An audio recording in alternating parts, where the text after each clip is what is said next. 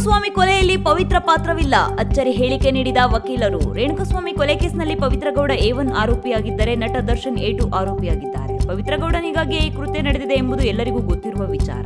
ಆದರೆ ಕಹಾನಿಯಲ್ಲಿ ಟ್ವಿಸ್ಟ್ ಎನ್ನುವಂತೆ ಪವಿತ್ರ ಪರ ವಾದ ಮಂಡಿಸಿದ ಲಾಯರ್ ಟ್ವಿಸ್ಟ್ ಕೊಟ್ಟಿದ್ದು, ಈ ಕೇಸ್ನಲ್ಲಿ ಪವಿತ್ರ ಅವರ ಪಾತ್ರವೇ ಇಲ್ಲ ಎಂದಿದ್ದಾರೆ. ಹೈಕೋರ್ಟ್ನಲ್ಲಿ ವಾದ ಮಂಡಿಸಿದ ಹಿರಿಯ ವಕೀಲ Tommy Sebastian, Pavithra Gowda Darshan live in relationship ನಲ್ಲಿದ್ದರು. ಪವಿತ್ರ ಮನೆಯಲ್ಲಿ ಪವನ್ ಕೆಲಸಕ್ಕೆ ಇದ್ದ.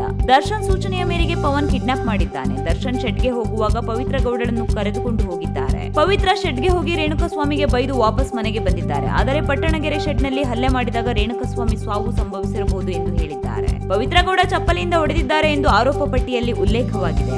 ಆದರೆ ಚಪ್ಪಲಿಯಿಂದ ಹೊಡೆದಿರುವುದು ರೇಣುಕಾಸ್ವಾಮಿ ಸಾವಿಗೆ ಕಾರಣವಲ್ಲ ಎಂದು ಪವಿತ್ರ ಪರ ವಾದ ಮಂಡಿಸಿದ್ದಾರೆ. ಇನ್ನು ನನ್ನ ಕಕ್ಷಿದಾರರಿಗೆ ಅಪ್ರಾಪ್ತ ಮಗಳಿದ್ದಾಳೆ, ಇದನ್ನೆಲ್ಲ ಪರಿಗಣಿಸಿ ಜಾಮೀನು ಮಂಜೂರು ಮಾಡಬೇಕು ಎಂದು ಲಾಯರ್ ಮನವಿ ಮಾಡಿದ್ದಾರೆ. ಜಾಮೀನು ಅರ್ಜಿ ವಿಚಾರಣೆಯನ್ನು ಡಿಸೆಂಬರ್ 6ಕ್ಕೆ ಮುಂದೂಡಲಾಗಿದೆ. ಇದು 1 ಮಿನಿಟ್ ಪೊಲಿಟಿಕ್ಸ್.